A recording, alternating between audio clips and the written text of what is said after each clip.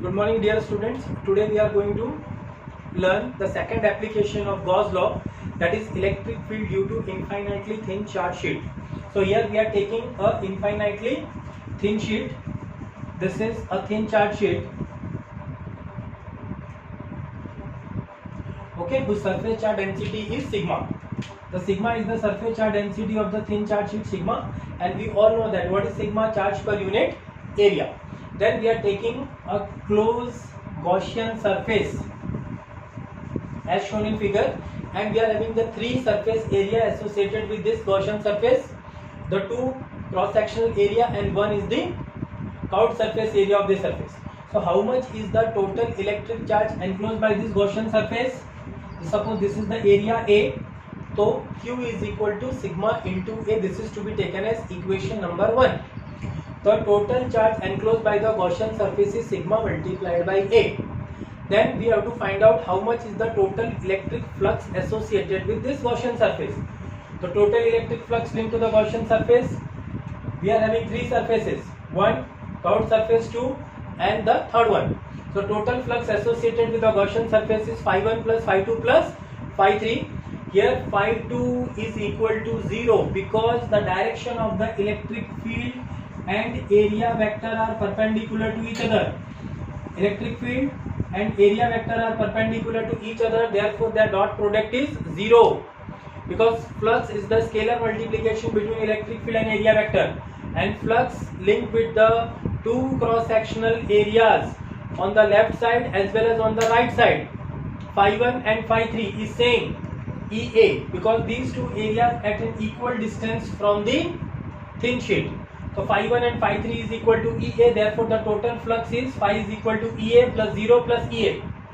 That becomes 2 times EA, and using the Gauss law, what Gauss law says, total electric flux associated with any closed surface phi is equal to the ratio of total electric charge Q enclosed by the surface to epsilon 0.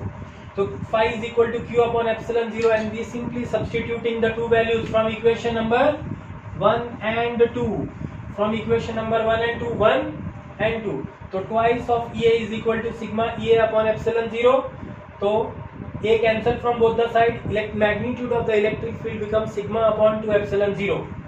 Or if you want to represent in the vector form, because electric field is vector, so E is equal to sigma upon 2 epsilon 0 with n caret. N caret is a unit vector which is perpendicular to the plane of the sheet. N caret is the unit vector which is perpendicular to the plane of the sheet. If sheet is positively charged, the electric field is radially outward. For positive sheet, E vector outward, and for negative sheet, electric field is inward.